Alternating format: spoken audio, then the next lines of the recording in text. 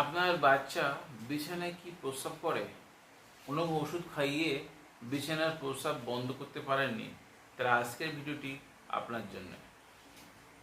আজকের ভিডিওর মাধ্যমে শক্তিশালী বিছানায় প্রস্রাব বন্ধ করার কবজ বা মাদুলি কথা বলবো। আপনার বাচ্চা অনেক বড় হয়ে গেছে, তবুও বিছানায় স্বপ্নদোষের কারণে বারবার বিছানায় প্রস্রাব করে ফেলে। আপনি অনেক সময় রাত্রে সেই বাচ্চাকে তুলে প্রস্রাব করিয়ে দেন, তবুও সেই বাচ্চা বিছানায় প্রস্রাব করে দেয়। যদি এমনটি হয়, এই প্রয়োগে নিন, আপনার কিন্তু কাজে আসবে।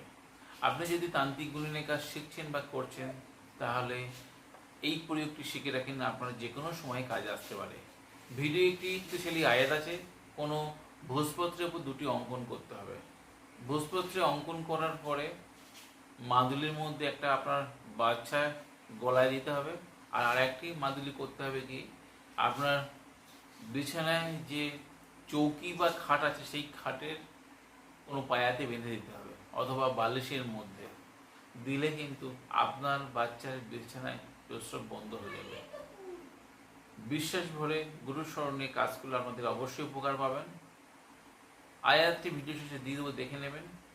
আপনাদের এই ভিডিও কেমন লাগলো অবশ্যই কমেন্টে লিখবেন। আপনাদের যদি ভিডিও দ্বারা উপকার আসে, আপনার বন্ধু বান্ধব বা সোশ্যাল মিডিয়ায় শেয়ার দিতে ভুলবেন না। আজ বন্ধুরা এই পর্যন্ত, দেখা আগামী পর্বে। ততক্ষণ সবাই সুস্থ থাকুন, ভালো থাকুন। জয় মা তারা, জয় মা কামাখ্যা, জয় গুরু বন্দেব। নমস্কার বন্ধুরা।